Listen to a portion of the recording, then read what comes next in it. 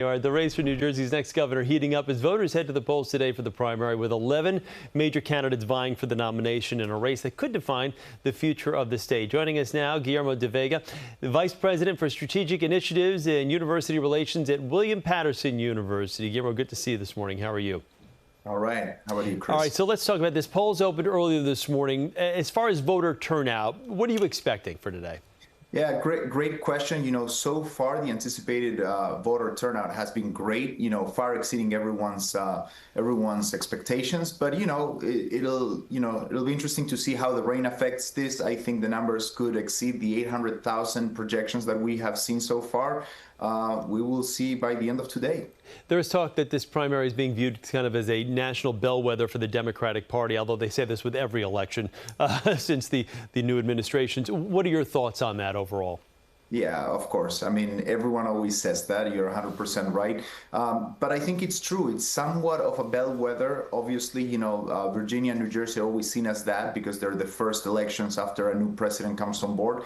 But at the same time, I think it's about the Democratic Party, right? After we saw what happens with the Harris-Walz campaign, it's about, are they going to embrace a more centrist type position, in some of the candidates being run, like, whether it's Mikey Sherrill or Steve Sweeney, or are they going to go a little more progressive, Steve Fulop, Russ Baraka?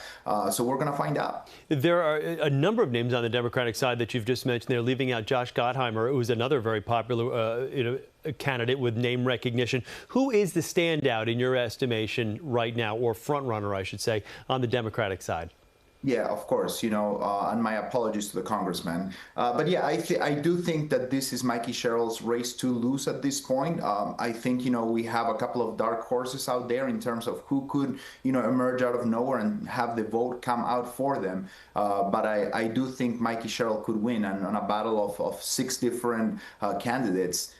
She could win with as little as 165,000 votes coming up for her, which she should get just out of the northern counties. All right, let's talk about the Republican side. Jack Ciattarelli, talk about name recognition and someone who's been around for a number of years, who's been running for this office, now getting a chance to actually really be the front runner on the Republican side. Your thoughts on him? He's got obviously the full-throated support of the administration and President Trump. Is that basically all it's going to take for him to get the Republican nomination? Yeah, so 2 things on that. First of all, I mean, let's all remember he was ahead by almost 31 points when that endorsement came. So I don't necessarily know whether that's necessarily something he needed. That said, let's remember, Jack's been running for a decade now. He lost to Lieutenant Governor Kim Guadagno back when. Then lost to Phil Murphy by about 3 points last time around. And it's difficult to run for a decade, but the one thing he's done is he's never stopped running. In the middle, he's been showing up to places, events. So he does have that name recognition that, people just know who Jack Ciattarelli is. Let's talk about some of the issues, though, that affect New Jersey voters the most. Property taxes being first, or the economy being first and foremost. But property taxes are another issue. The state's become increasingly more and more expensive to live in each year, from insurance rates to you name it. So what are the issues that really kind of set the mark with voters? Yeah, I mean, I think you hit the nail on the head again here, Chris. The issue of affordability, right? I mean, those tabletop issues remain, top line for any voter, right? I mean, what happens afterwards could be something that brings you to the voting booth if affordability is not an issue to you. But if you're struggling, whether it's the famous issue of eggs, right? I mean, but if it's anything else, you can start to care about, well, I'm voting against or for President Trump. But first and foremost, how are you feeding your family? Are you making your ends meet? And that's top of the line for voters these days. And last question before I do let you go. Nationally, New Jersey is historically more of a blue state, turning slightly purple with the last election. On the gubernatorial side, though, it really more of a toss-up, wouldn't you say?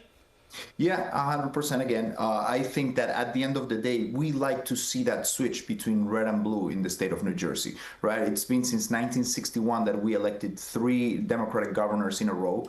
That fares well for the Republican candidate in this election. So even though it is a blue state, as you said, turning purple, it's blue in the urban areas and it's more red in suburbia. So the question is going to come down to, will we have 3 Democratic candidates in a row go for the governorship, or will we we go back to that trend of Democrat-Republican. Very interesting. Guillermo, thank you so much. Good to see you once again this morning. Same way, Chris. Thank you for having me. Vice President for Strategic Initiatives and University Relations at William Paterson University. We thank him for joining us. And stick with us for all the latest on today's primaries. We'll have a voter guide up on our website and live reports all day long as the results do pour in.